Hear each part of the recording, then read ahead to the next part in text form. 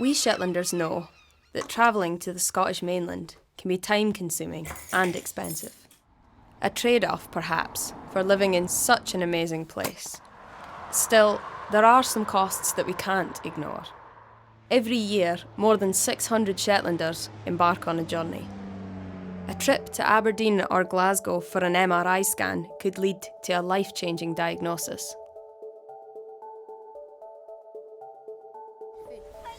He was playing with his cousins and he came through saying his neck was swelling up. He couldn't swallow or anything. And we got the MRI referral. Not only are you going for a test that you know is going to have an outcome, whether that's telling you that you've got a serious condition or it's giving you the all clear. I think the whole process of travelling and being away from home is really significant. I just had my third son. He was only like a couple of weeks old and he had to come with me. So we actually got the boat.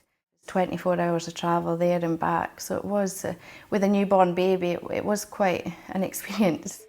NHS Shetland spends more than £220,000 a year covering patient travel for MRI scans. The hidden cost is that of, if you're like myself in work, then it is at least a day away from work. So local industry and local commerce is having to foot the bill for that and suffering as well. And the wait there's a bit of an emotional cost in waiting to get your scan and getting the results back.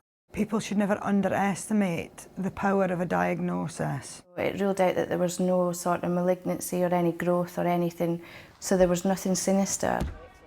And even if it is bad news, someone can accept it and move on and get on with it, get their treatment and organise their life. Throughout Scotland, there's a high demand for the kind of detailed imaging that only an MRI scanner can provide.